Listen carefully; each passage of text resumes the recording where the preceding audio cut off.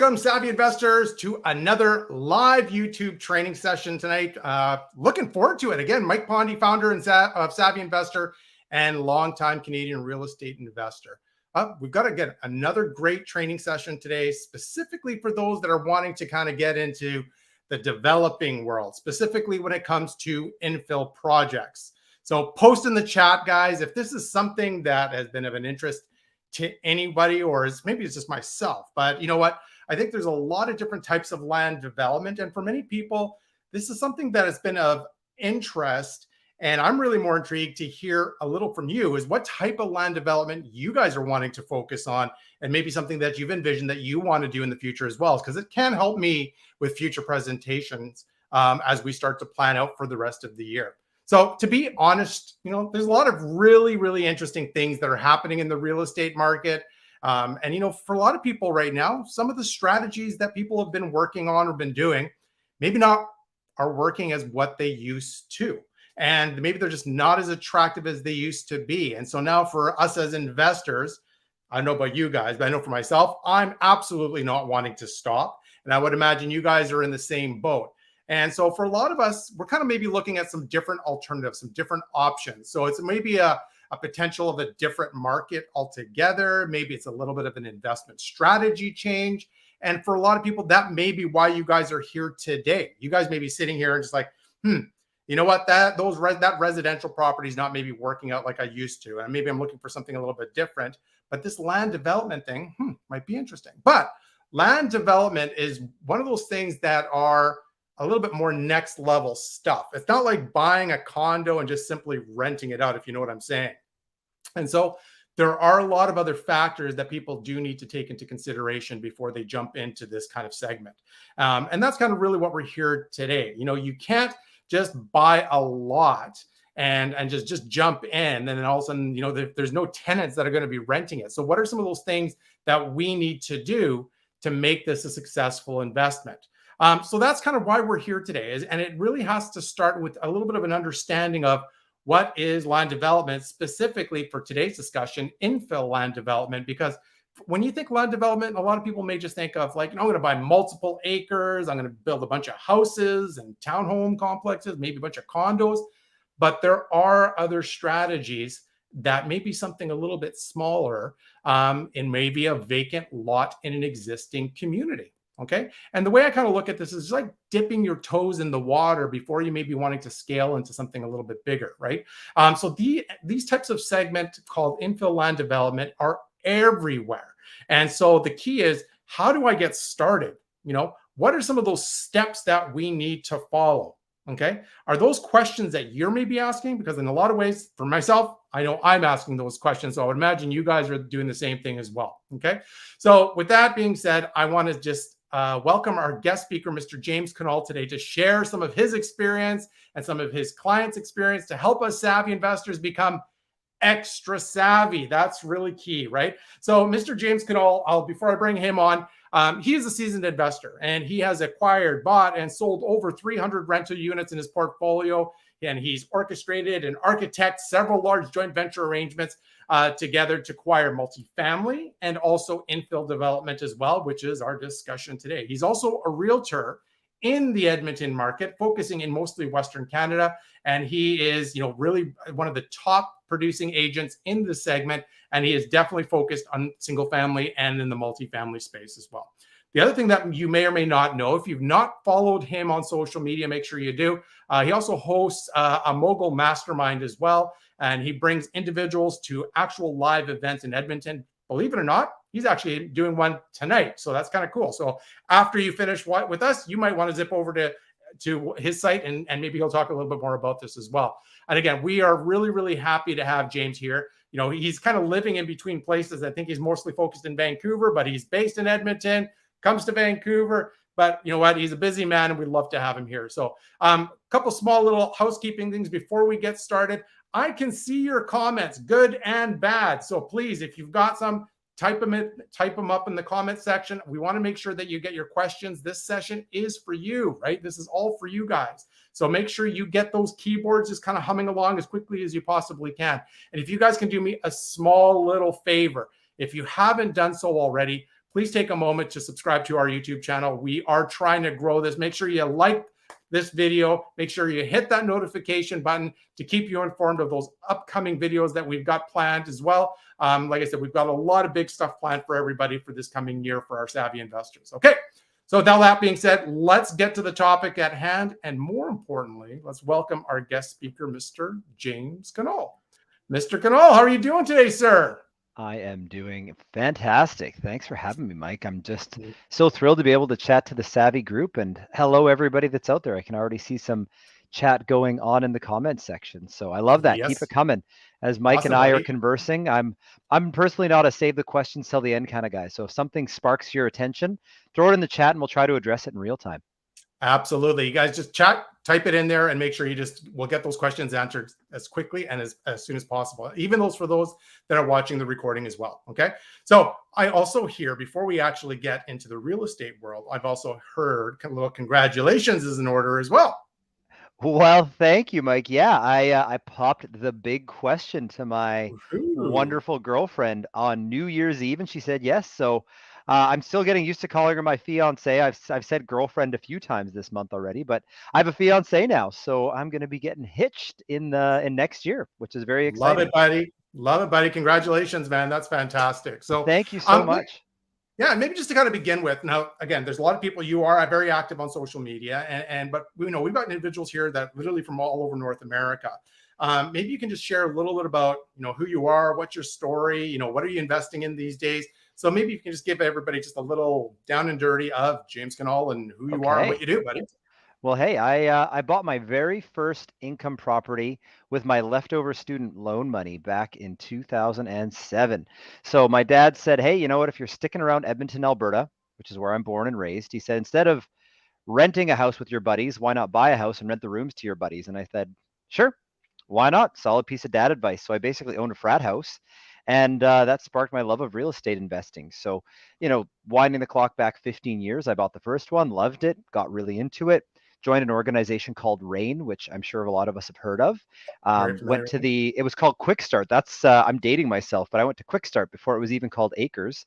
And the ball got rolling. And over the last 15 years, I've become a realtor. I've built a real estate team in Alberta with Edmonton as our headquarters. I've built a real estate team in Vancouver. That's our BC headquarters. And I've acquired about 300 rental units. And then I've, over that time, kind of prune the portfolio a little bit. So we're sitting at about 225 units actively right now in the portfolio. Wow, amazing. Fantastic. Congratulations, buddy. That's just great. Thank you so much. Good. Very good. So, yeah, and Jay Cabral is the bike of decoration. And it does get ridden around from time to time, but it is a 55-year-old vintage bike. So it's mostly just for looking cool. Love it, buddy. Love it. Okay, so let's get to the topic at hand. James, this is kind of an interesting time. I'm sure you're seeing it in the marketplace, no question. And so with that being said, I think for a lot of people that are watching today, they're questioning, they're doing this, and they're just like, what, should I be changing different markets? Should I be in a different strategy? And I think for a lot of us, when we got involved in real estate to begin with, I'm sure there was a lot of passion. You guys raise your hands and chime in if you want. But, we've always had this kind of vision that we've always wanted to maybe do some land development. And I know for myself, it's definitely in the radar for sure. In fact, I am doing one. But at the end of the day, it can feel so far-fetched. And again, when people think about land development, they think about maybe from a bigger perspective, and they don't really think about something that is called a little bit of infill development, which again, I referenced earlier, can be just kind of an opportunity to tip your toe in the water. So maybe if you wouldn't mind, share for people, again, as this may be the first time they're learning about this, first time they're hearing about it. Yeah. What are land infill developments, and how does this investment strategy work, if you wouldn't mind sharing?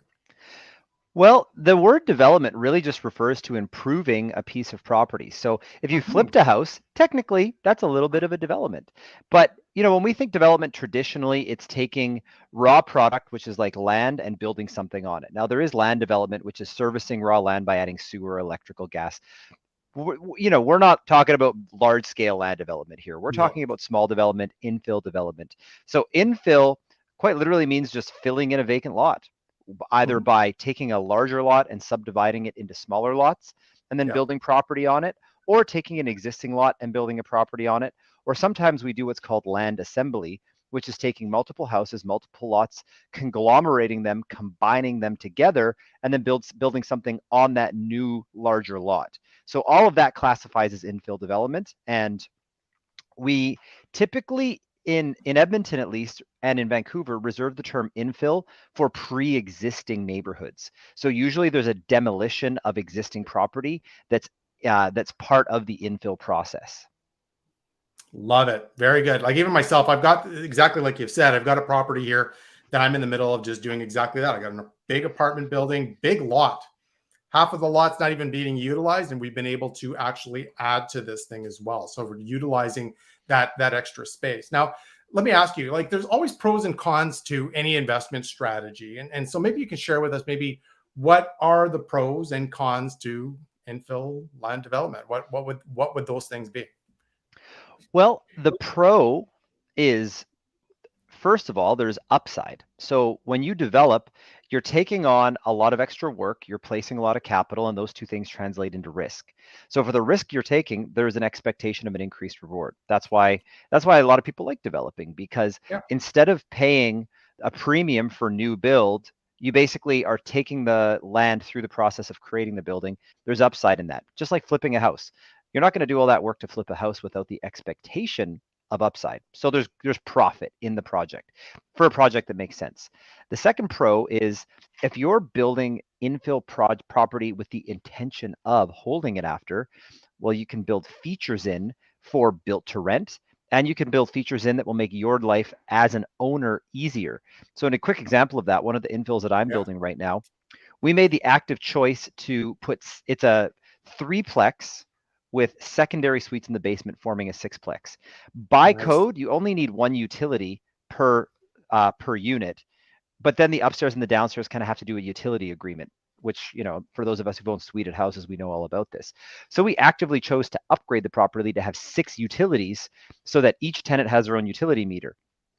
We wouldn't do that if we were building it to sell, but knowing that we're going to be owning it for the next 25 years, well, over a 25-year time frame, that's just going to make our lives as the owners so much easier, and it'll decrease that conflict between the tenants from a utility perspective. So being able to do stuff like that is a big part of the pro. The con is, of course, the added risk. So risk is always a spectrum of, potential challenges, potential rewards. So there's a lot of money involved with development.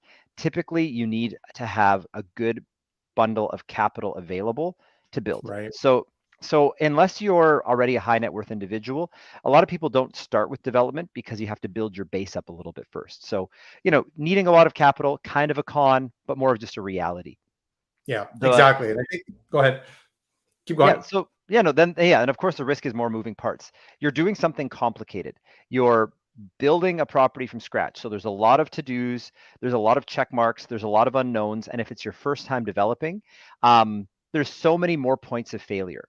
When you compare developing to buying a property and renting it to somebody, well, there's so many more layers of complexity.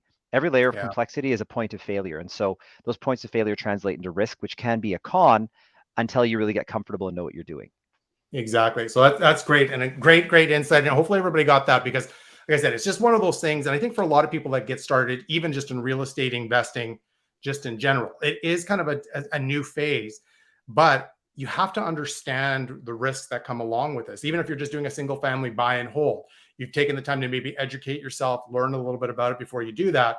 It's the same thing that comes along with this. Just understand, again, pros and cons, but even some of the risks that are associated with this. And again, it requires a lot of capital. So, James, let me ask you, with this being said, we've talked kind of briefly on the types of kind of infill properties, but maybe you can kind of go into a little bit more depth with this. Like for somebody that's never really seen kind of what a potential infill would look like, what would be something that you can say that you would look at and say, here's an opportunity to do an infill? Like what type of property, and where would they be finding these types of properties?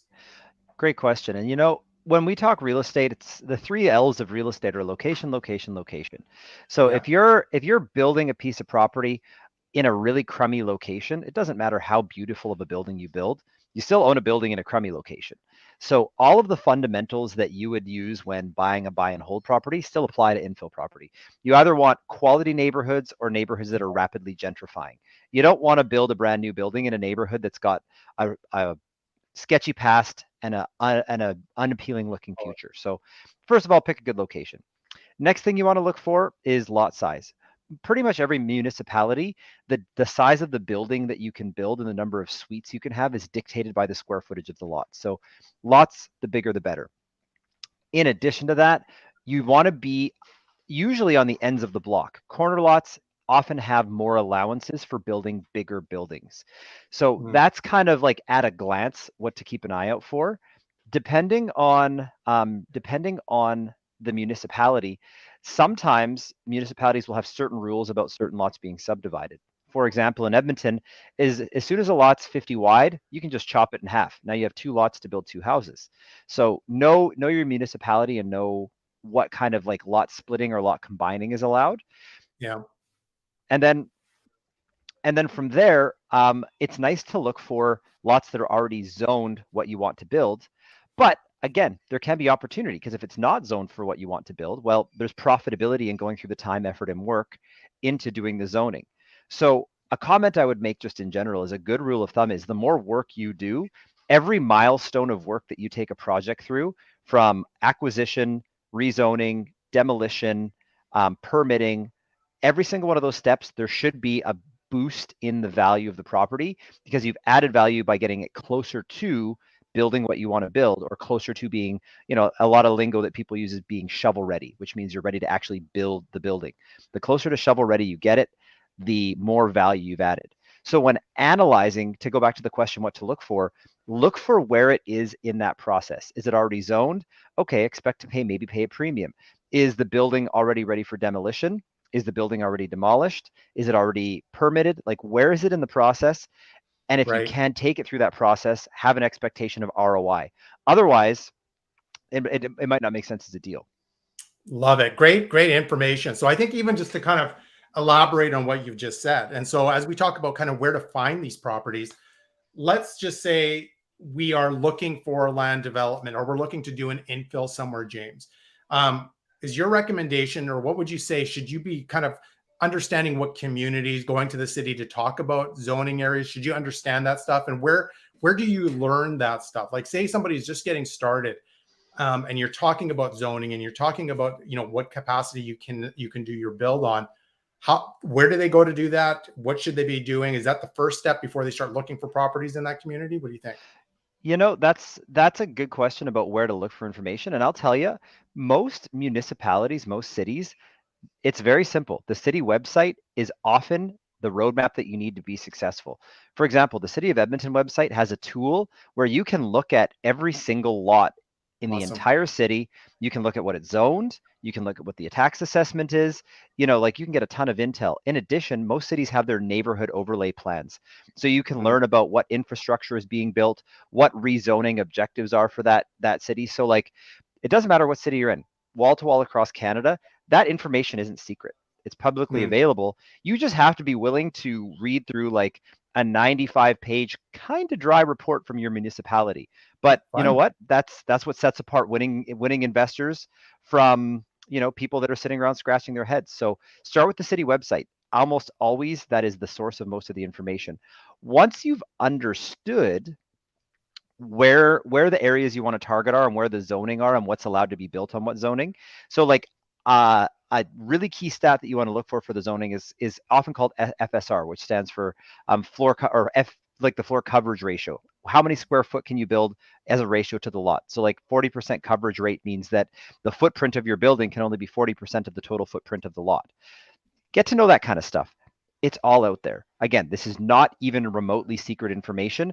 You just have to spend a good afternoon or two poking around the city website, chugging through documents. Like, great info, great insight. I know it's work, but you got to do it. So once you have where you know you're to target, I mean, of course, as a realtor, call your realtor. They're going to start sourcing properties for you. A good investment-oriented realtor will have ins on properties that might be off the market. But in addition to that, like, get old school. you know what? Oftentimes just walking the neighborhood that you want to develop in, knocking on a few doors. I know it sounds silly, but like that stuff still works. Even in 2023, I totally literally agree. pounding the pavement, having human conversations, pulling titles, writing letters saying I want to buy your home. Like that's another way to round up deals. But know that a good investment oriented realtor that works in the area that you want to develop is doing that work for you already. So, Amazing. that's me backing up all my realtor colleagues, is like the right realtor's already doing that. So if that's part of your business that you want to outsource, feel free to do it, because we're happy to do that work. But you know what? If you're the kind of person that likes to roll up your sleeves, all of the old school methods of sourcing lots are still typically the best ways to go, because you're not going to know who's in that property that you want to buy unless you find out who lives there and talk to them. Great insight. Love it. Very, very, very good. There's a question here, Mike, and I see everybody's questions, and I am going to get to them as we get into the presentation. But Mike's got a question here, Mike Smith. I'm wondering about a 50 by 130 wide lot in Edmonton. It's just over 50 in the back, but in the front, it's 49 and change. And plus, would that be considered a 50 wide lot despite being 49 plus in the front? Your comments? I don't know what your of course, disclaimer time. I can't guarantee the city will approve it, but in my opinion, there is an extremely high likelihood that the city would allow you to subdivide that one. Good. So yeah, your odds are very, very, very, very, very high that that'll work out. Very good. Very good. Hopefully that answers your question, Mike. But again, I guess the best thing to do is obviously talk to the city on that one, correct? Yeah. Perfect. Awesome. Good. So let's kind of let's talk about, and I think you've highlighted a little bit of this. When it comes to zoning, or when it comes to the zoning side and what you're looking for potential infills, like is there a specific lot recommendation that you would be looking at size wise? Like what are things that you should be looking for maybe more on a vacant lot, James, to make it successful? Yeah, again, it's going to be about the size of the lot. Size matters. Ask any lady, they'll tell you it's true. And lot size is no different. The more dirt you have, the bigger the thing you can build. And you know what? It's a square footage game. So try to find lots that have unusual sizing. And it's nice. Don't, like, if you can at all avoid it, funky shaped lots just mess with your ability to do clean architecturals. Right. So rectangles and squares are great. Pies and T-shapes and squiggles and stuff like that. If you can at all avoid it, you don't want funky shaped lots. Also, like, often, unless you're building something where like the view is a factor, flat lots are easier to build on too. So the flatter the lot, the better. Now, in terms of like zoning and permitting, every municipality is different. And, so I'll try to comment on that high level by saying, again, the information is not secret at all. So every city is going to have a zoning and permitting division. Reach out and just ask them to send you an application for rezoning. Again, you're going to have to do some reverse engineering and learning, but if you look at the zoning application, that tells you how to get rezoning done. So read through it. They're going to be long. There's going to be a lot of boxes to fill. There's going to be some like kind of ambiguous language, but this is part of the self-education process. If you're serious about developing, you got to teach yourself how to do this stuff. And, if you're the kind of person that is like, everybody's got a different learning style. So if the idea of reading through an application and reverse engineering it doesn't sound like your cup of tea, then I would look at partnering with a local builder who has experience in it. Because if your learning style is sitting down with someone who's willing to explain it to you, well, maybe they'll be kind enough to give you a bunch of their time and answer a bunch of your questions. Be respectful of professionals' time, of course. Or maybe for a consultation fee, maybe a developer would be willing to sit down with you for half a day for, 100, 200, 300 bucks an hour and just like answer every question you could possibly have and teach you how to do it. By the way, if you're going to do that and pay for that time, ask if you can record it so you can reference it, because that time will go by quick and your memory is only so strong. So if you have a recording of it, you can reference back the learning that you invested in. Very, very good. Very good. And I think it's kind of aligned with this question here. What are strategies to control the property and change the zoning? And so maybe to kind of elaborate on this further, James, what has been your experience either from yourself or even from some of your clients in regards to timelines and zoning, even just based on, and again, every municipality, as your point is, it's going to be different and you need to understand that. And based on rules and policies, you do need to understand that. But, in regards to a zoning change, what is standard? What would be required to do a zoning change, and just rough timelines? Again, we're not going to hold you to it. Again, big yeah, of course. on this, I mean, in Edmonton, it could be 6 months to 8 months ish. In BC, it could be 1 to 2 years ish. Different but I guess what I'll do is answer that in a different way. Is typically most municipalities will have some form of application, review of that application, and then some form of public consultation where they're going to ask the neighbors in some form or another, hey, what do you think? And then if the neighbors start pushing back, issuing complaints, or being vocal about not wanting this change, then that's gonna push your timeline out, because then you'll have to go to some form of governing body and state your case for why you want to do this. Or you're going to have to like canvass the neighbors to build support for your project. So often if you're trying to do a really big project in a neighborhood that's almost all houses, you're going to get more pushback. So it's all about finding that market fit. Like the bigger and the more dramatic the change that you're trying to make to a neighborhood's profile, typically the more work it's going to be to get that rezoning. So know that the neighbors could be a challenge. So a tip that I'll give is, if you're going for rezoning, and even when you're going for permitting, a few gift baskets and handshakes, 10 houses in every direction really do go a long way. And, like having a conversation with your drawing saying like, I kind of want to build this on this lot. What do you think? And if the neighbors say, yeah, I don't care, great. But you'll have maybe one neighbor who's like, oh, I really wish it had this and this. And you're like, okay, great. I love that you're part of the creative process. Tweak your concept a little bit, bring it back to them. Yes, okay, actually, that's something I would like to look at when I take my dog for a walk. Okay. It sounds silly and small and petty, but like that's the thing that could accelerate your rezoning by a year, by just having that one neighbor be on board. So, it's often working with the community instead of working against the community to get your project moving at a faster pace. Great advice. Really good advice. Very good advice. Hopefully that answers your question number one. Now, there's kind of maybe a two-part here. Andrea, I think I said this right. Andrea's has got a question here, and this is specifically about your property, but I think it will elaborate even further. As again, it's not always land development side of things. Is here you got your basement suite. I'm assuming it was a threeplex. You converted it into a six.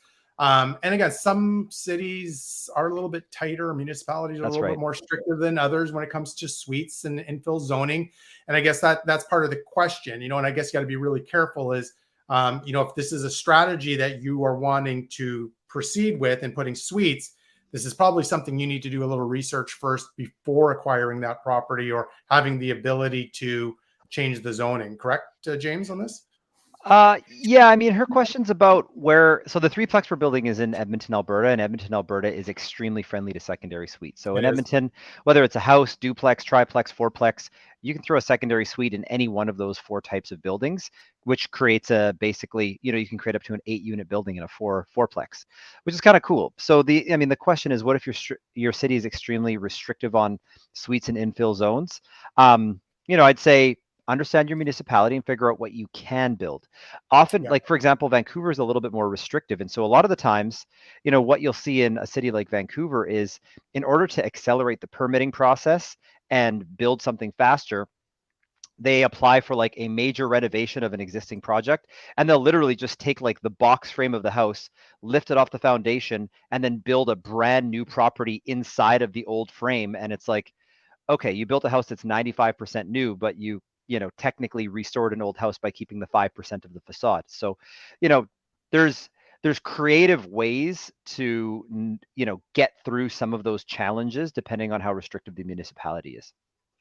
Very good. Hopefully that answers your question, Andrea. Thank you, James. That was excellent. So, and you kind of referenced this earlier too, and I guess this is a big component because, you're looking at going into a project like this, and you referenced kind of the risk. There are the risks involved, and I think part of it's probably even more instrumental than in many projects is finding the right team for something like this.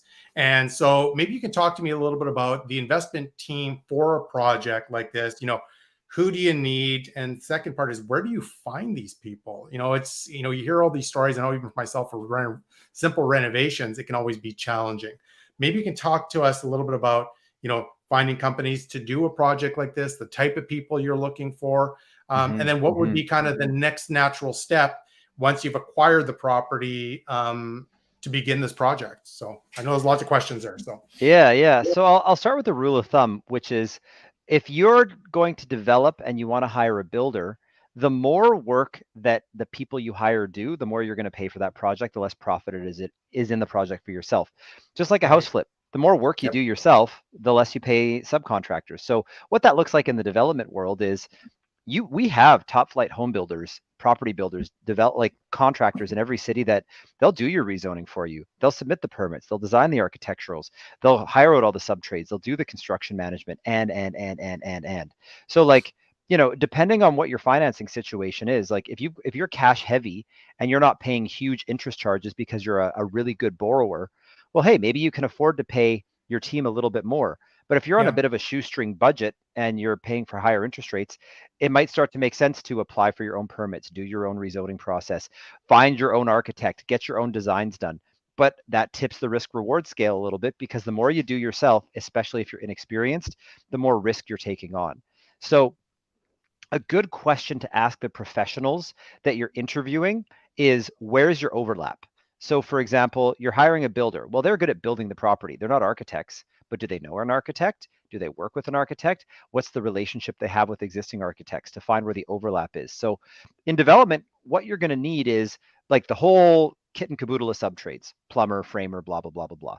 Now, usually a construction manager or the builder will manage that whole crew of people. So they'll get quotes from those people and then charge you a lift on the cost of all of their work for the service of getting them all organized.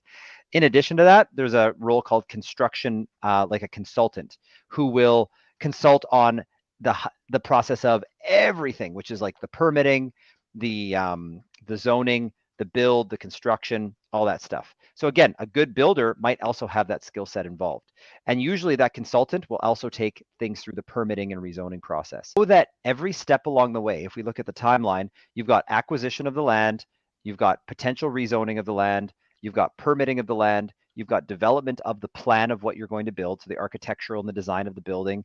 Then you've got the construction of the building, which involves the sub pieces of all of the sub trades. So wrangling them all together. Every single one of those parts along the way can be all under one roof or separated into multiple roofs. And so the more work you do to be the hub of bringing all those pieces together, the more you're going to save. But you can also just hire a consultant that will literally run that whole show and bring all those pieces together for you. So knowing what the pieces are allows you to more intelligently interview people and help you decide what parts you want to take on versus what parts you want to outsource to a professional. I think that's a great answer. So maybe to add to that, so again, somebody's brand spanking new in this. Where do they find these like where do you find these people to do that? What would be your recommendation for your investment team, right? And it's Yeah. probably standard operating procedures for most of your investment team, but I'll let you kind of maybe answer that. Is where would you find these people? Yeah, I mean, if you're really just starting from scratch, I mean, I'm assuming you've got a realtor that at least you trust a little bit. So I like to start with referral. Ask your Yeah. realtor, ask your realtor, who do you know? Another really easy way to do it is like the community that you want to build in, drive around, and any property that looks like kind of what you want to build, the developer is going to have their sign in front of it. So call them and be like, hey, I saw your property on 123 Street. Would love to talk. Ask other successful investors who you know have developed, like, who did you use? Were you happy with what was built for you? So like, you can also go on Google and just Google construction companies Edmonton, but you're going to find the company that's the best at SEO, not the company that's best at building the building. So I would highly recommend asking around, and like track record speaks louder than anything else. Like, what did you build, and was the process of that build drama free? Another really good question to ask when you're asking for referrals is, what is the post closing servicing look like? I mean, every single building is going to have problems. No building is going to be perfect. So how easy is that builder to work with when they need to come back and do touch-ups, quick deficiency fixes, fix a thing that wasn't quite installed properly? Remember, there's dozens of subtrades working on every property, and the builder's going to be great, but every property I've ever seen brand new has had at least some degree of deficiencies. So know what their deficiency remediation process is going to look like. Very good. Awesome. Really great stuff, James. Really, really good. And again, guys, when you're looking to kind of build anybody in your investment team, as James alluded to as well, make sure you reach out to your network. Again, savvy investor, don't hesitate just to throw it out there. You do it all the time. Looking for a realtor, contractor, ask your internal community for resources and referrals. So, James, another question that I've got for you, and I think you referenced it earlier, is really about the permitting side. So say, for example, people are wanting to do some of this work themselves. You pull some of the permits. Again, this is a new realm for a lot of people. Maybe you can explain what does the permitting process look like? Where do you begin with that? How does it work? Maybe you can just share a little bit about that process, if you don't mind. Yeah, so there's the master permit, which will often be called the building permit or the development permit. That allows you to do the whole thing. And then Yeah. under that umbrella, you're going to have sub permits for electrical, plumbing, HVAC, et cetera, et cetera. So the person that's allowed to do those sub permits, you have to be a ticketed professional in that area. So you can. So for example, instead of getting your builder to get the plumber to pull the plumbing permit, if you want to be the person that's wrangling all of those sub trades, again, most builders charge a lift of 15 to 20%. So 20% of the 15 to 20% of the juice in your project goes to the builder for organizing all these moving parts. Now, if you have no idea what you're doing, you've never built anything before, that's 15% to 20% well spent. But or you can just have a plumber and instruct them to do that. So when you're applying for your building development permit, again, reach out to the city. Every municipality is going to have their own permitting process.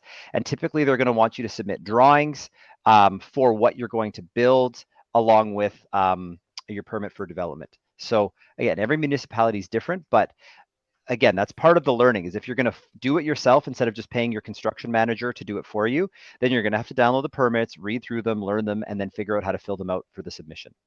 Very good. Awesome. Great answers. Thank you so much. Now comes to a fun question. And again, this is probably one, and it did come up with one of the questions earlier, which I'll pull out in a second, is it comes into the financing side. And Andrea brought this back up as well, is, what's the best way to secure financing? Financing is fun at the best of times, and not even just when we talk about land, is that a little bit more challenging? And maybe you can tell us a little bit about how do we get these projects kind of financed? There's no necessarily any income. It could be a lot longer. How are the banks feeling about this type of investment strategy? And what's the best way to kind of secure this type of financing for this? Yeah, so if you're buying raw land, you're not going to get it for 20% down because there's no income component to a piece of raw land. So a quick tip that I'll give you is if you're new to development, buy something that has a house on it so that you can get conventional financing and rent it out so that at least it's making a little money until it's time to demolish it. Buying raw land is more expensive implicitly because you need more capital in to buy the land because the loan to value is going to be lower on a piece of land. So that's kind of the first piece of the puzzle.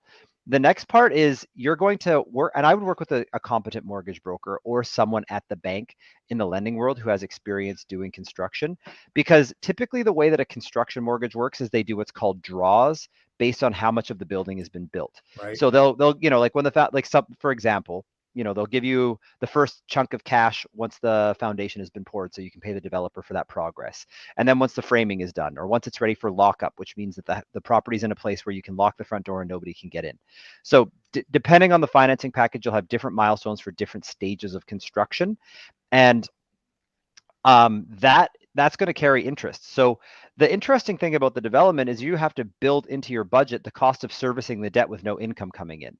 And so when you put together your construction budget, there's going to be a line item for the cost of debt servicing because there's no income coming in because it's under construction. So that becomes an expense in the development world.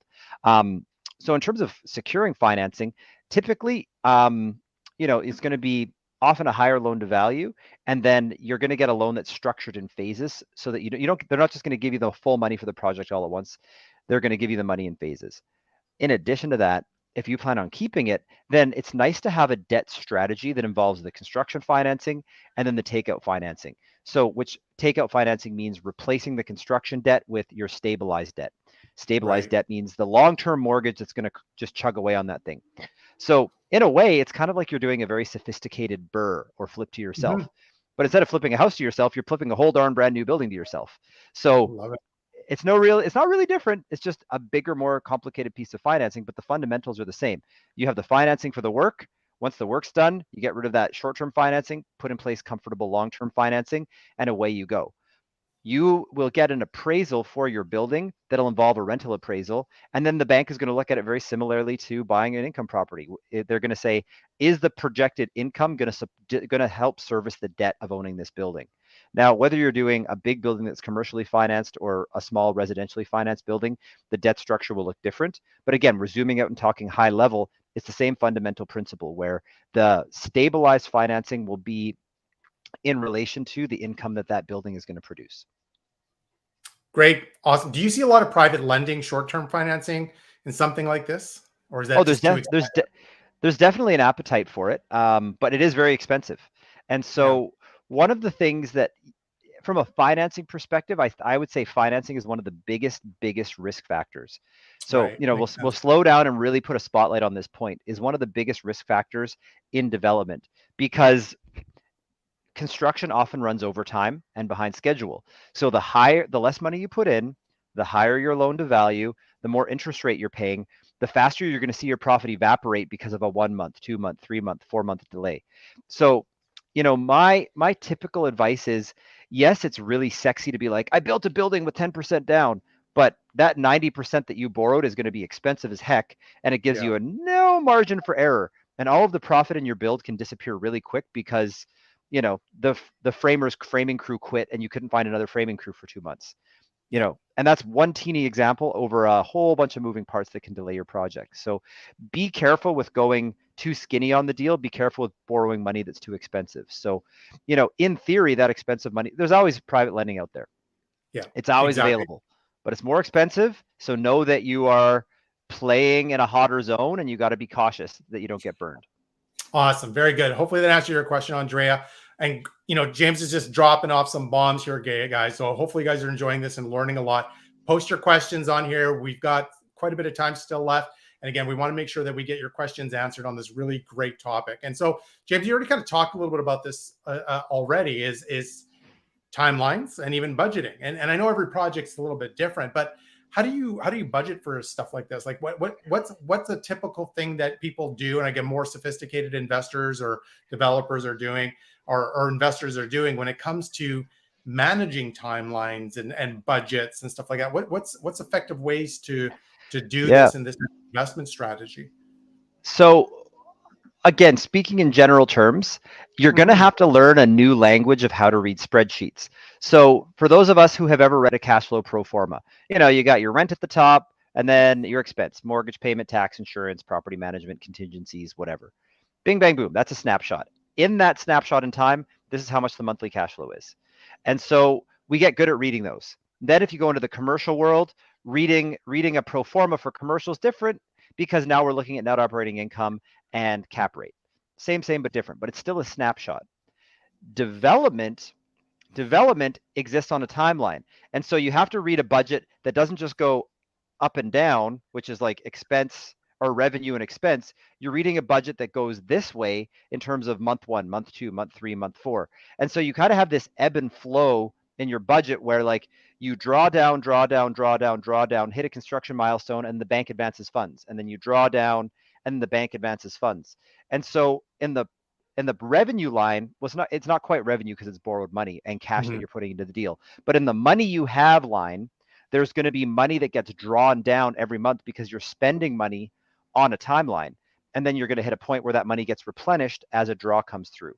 So when you're building a timeline and a budget, you're going to have your summary budget, which is going to say, okay, in the entire development of this project, we're going to spend this much money. We're going to spend permits, architectural, this much on the build cost, that cost, this cost, carrying costs, like 12 months of interest times, I don't know, $5,000 a month. Let's make up a number, 60K. So you'll be able to do like a summary budget.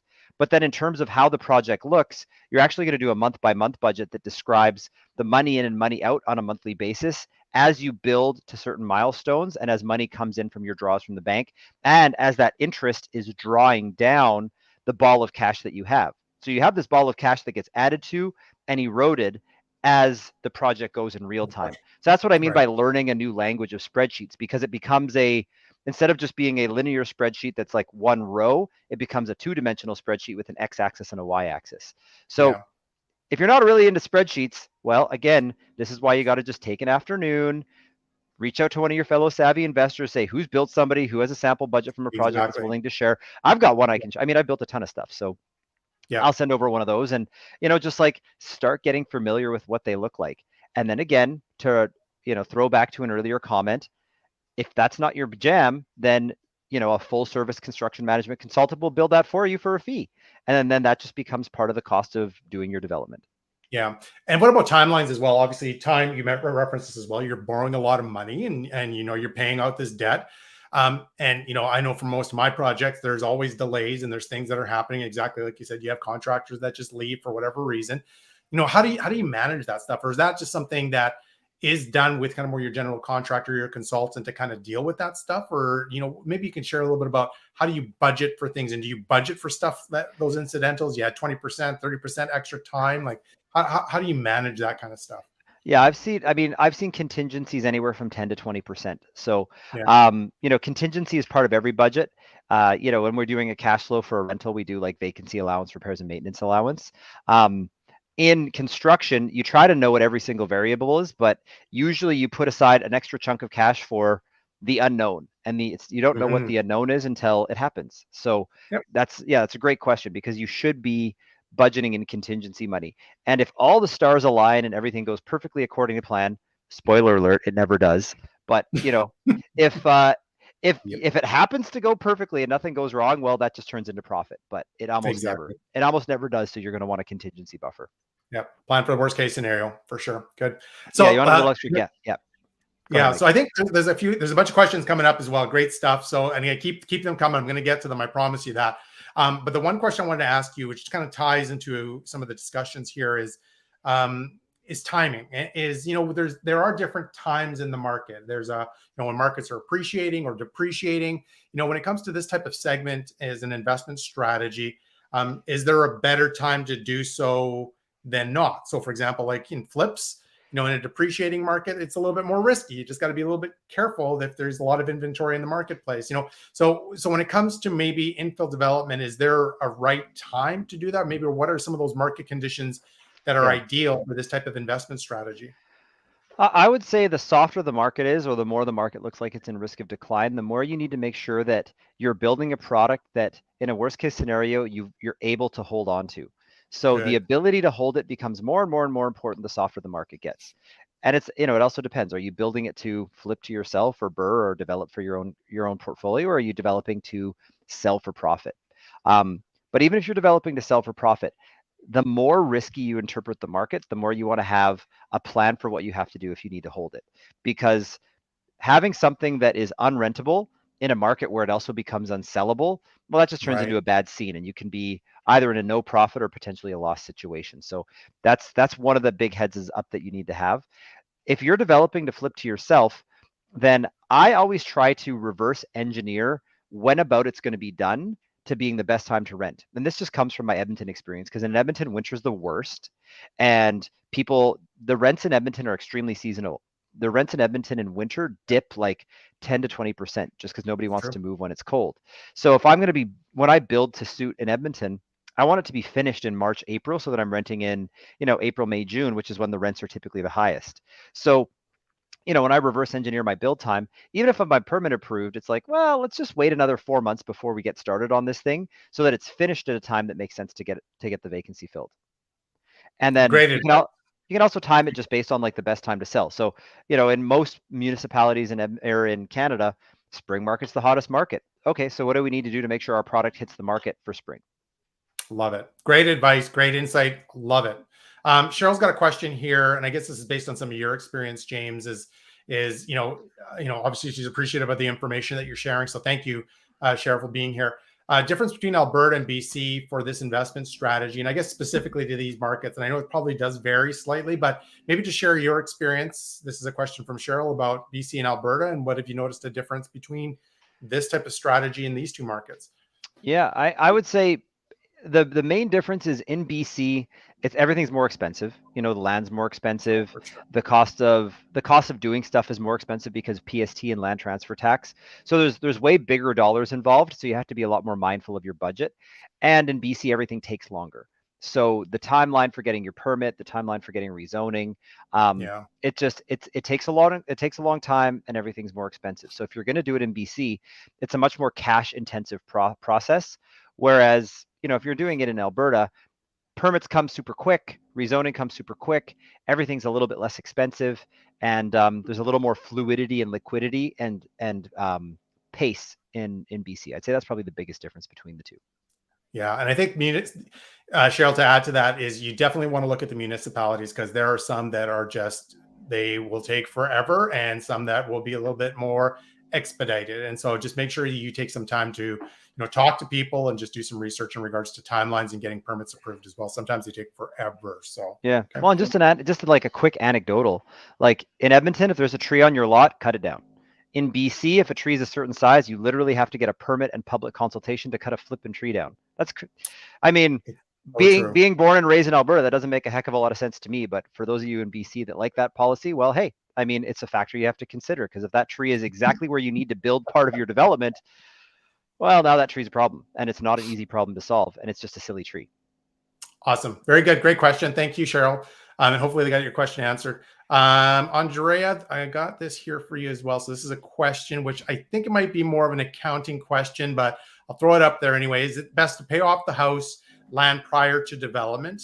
And after the development, can the 2 units be transferred into kids' names, capital gains implications, all that wonderful stuff?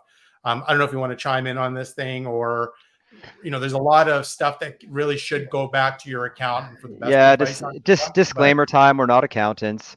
Um, yeah, but from a financing perspective, having the house fully paid off definitely helps. agreed. So I get another disclaimer, I'm not a mortgage broker, but I can tell you, having the land or the house paid off prior to development really makes getting your financing way easier. You'll get a better financing package, you'll get a better interest rate. Like it really greases the wheels, because like the money in the land basically forms part of the down payment in the deal, and it shows the bank that like it makes the deal look way more secure when the land's paid in full. So that's a good um, that's a good thing. In terms of transferring the units into the kid's name, that's an accountant question, because at some point there's like a realized gain that Yeah. will be a taxable event before when you transfer it over. And the other thing is, from a capital gains perspective, if it hasn't been a rental property, you're not paying capital gains, you're paying full pop income tax. And with the whole anti-flipping tax that you may have seen in the news, the CRA is really cracking down on people trying to claim either personal incomes exemption or even capital gains exemption on properties that really should be full tax. So you got to be cautious claiming a capital gain on a development, because technically speaking, that's income taxes. It was never used as rental inventory. So then that flows into a little tip, is what I would call the long development or the long flip, where if you can do the work, rent it out to good people for a year, and then sell it, there's a massive tax advantage to doing that, because it flips it from a full gain into a capital gain, which is nice. Very good. Good insight. And again, big caveat, Andrea, just make sure you talk to your accountant, and even in Yes, this situation, probably even not an your accountant. lawyer as well, when it comes to transferring to kids' names, because I think that would help make sure you get the answer that you're looking for. So again, big caveat here as well, but good question. Thank you. And hopefully that helped answer your question. So, okay. So real quick, as we kind of wrap things up here, James, a little bit, a couple things. So maybe you can share, if there are tips, what have you seen that has made an infill project a real success? And it could be from yourself or maybe some of your other clients. What were some things that they did that really helped them make this project a successful project for them? Yeah. I mean, the first one is, and I've mentioned this before, don't get too skinny. And I mean that from like, don't go too high on loan to value. I know everybody talks about creating a bazillion percentages of ROI by putting a teeny little sliver of cash into the deal, but Yeah. like I said, that tap is always on your financing, and there are no tenants that can pay that rent while the place is being built. So those delays just can be a backbreaker. So like, be comfortable with putting more equity into the deal, especially your first couple, because you don't know what you don't know, and you will have delays as you're getting to learn how to do this properly. So be okay with it being a little more cash intensive, because nothing's going to end your development career faster than losing all your money on the first one. No kidding. Yeah. The second thing is, like, be okay with not knowing things, and be okay hiring experts at first, Good because call. again, doing something the wrong way or missing an important point or filling out a form incorrectly, like, you submit the permit process or there's an issue with a neighbor or whatever, and it delays you 4 or 5 months. Well, that's 4 or 5 months of burn rate. So, start bigger with your team and then pare back. Don't try to be, a self-proclaimed super genius and run everything super lean and do everything yourself on the first one. Hire a construction consultant, hire an expert, and then be an active participant in the process so that you peek over their shoulder, watch what they're doing and learn, and then slowly peel back the layers of the people that you need to help you until you're a full-fledged developer. But don't try to be a hero. Start on the green runs and then work your way up to the black diamonds. And then the last advice I'd give is, unless you're very specifically trying to build a statement luxury home, don't turn this into an arts and crafts project where you're trying to get too creative. Build something that's a good market fit, that's not too much of a risk. Don't wear the risky outfit to the barbecue. Just build something that's right for market fit, that's not too crazy, that's not overdone, that just makes sense. Especially if it's rental project, make it extra super durable. Invest in durability. Don't invest in too much like bling, because the bling isn't going to get you anywhere, because bling is subjective, whereas durability lasts. Love it. Great advice. I hope you guys all enjoyed today's discussion, because there was a lot of gold nuggets. James, that was fantastic. Great information, valuable information, which I'm sure a lot of our guys got a lot out of it. So, a lot of people, this is, people are just getting to know you a little bit, James. But if people wanted to reach out to you, connect with you, ask some questions, what's the best place to connect with you? What would be your recommendation? Where should they reach you, and how can they reach you? Yeah, I just like a good old fashioned email. It's james@mogulrg.com. That's MOGULRG.com. Visit our website, MogulRG. There's a bunch of great investor stuff there. And I'm Instagram, LinkedIn, Facebook. Those are my top 3 social profiles. So if you look up my name, that's where I am, and slide into those DMs. I will reply, and it'll be nice to chat you up. And our 2 major markets, Edmonton and Vancouver. If you're thinking about doing any kind of development there, I've built a lot of stuff, so I can speak not only as a realtor, but as a fellow investor, fellow developer. Perfect. Love it. Great information. Got some good feedback already coming back as well. And for those of you guys that are watching this live, or you're watching the recording, what I'm going to also do is put James's contact information in the description of the video. So if you want to reach out to him, go check him out, check out his website, or whatever the case may be. But we'll make sure that his contact information is available there for you. So as we kind of conclude, I just want to thank you, James, for being here. I really appreciate this. We had James and I kind of connected over the winter break over for lunch, and it was just really good to finally put a face to a name. And I definitely wanted to bring him on here just to share on this great topic, because I know a lot of people have piqued their interest on this. So hopefully you all got a lot of value. So James, thank you for jumping on here. I appreciate it. Hey, it's my pleasure, Mark. And for everybody watching, thanks for tuning in. And I know I made a lot of comments pointing out the risks, but I didn't do that to dissuade you. Developing's great. There's a lot of profit in it, and it's a great way to build your portfolio with product that is built right, because you're the one overseeing the build, and it's built just the way you like it, so that it makes a great fit for the long term. So go in knowing what you need to do it right. But you know what? If you're getting to that phase in your investor journey, I highly encourage you to check out opportunities, because you can do it. A lot of people have, and you can do it too. So Mike, thank you so much for having me. It's just been the funnest conversation, and I look forward to seeing everybody again soon. Wonderful. So guys, as we wrap things up, I want to thank everybody for joining us live. And for those that are watching the recording, I hope you guys enjoyed tonight's training session. One last time, again, please do me a small little favor. As we're trying to grow our YouTube channel, hit that subscribe button. Make sure you give us a like for the video, and also hit that notification bell as we try to hit 1,000 subscribers for this coming year. And again, regardless if you're watching this live or the recording, post your questions. Like I said, we'll make sure that we get these questions answered for you one way or another, no matter when you watch this, because at the end of the day, this is really designed for you. So with that being said, I want to thank you for joining us, and I look forward to seeing you at our next live training session, which is next Wednesday. We'll see you then. Cheers.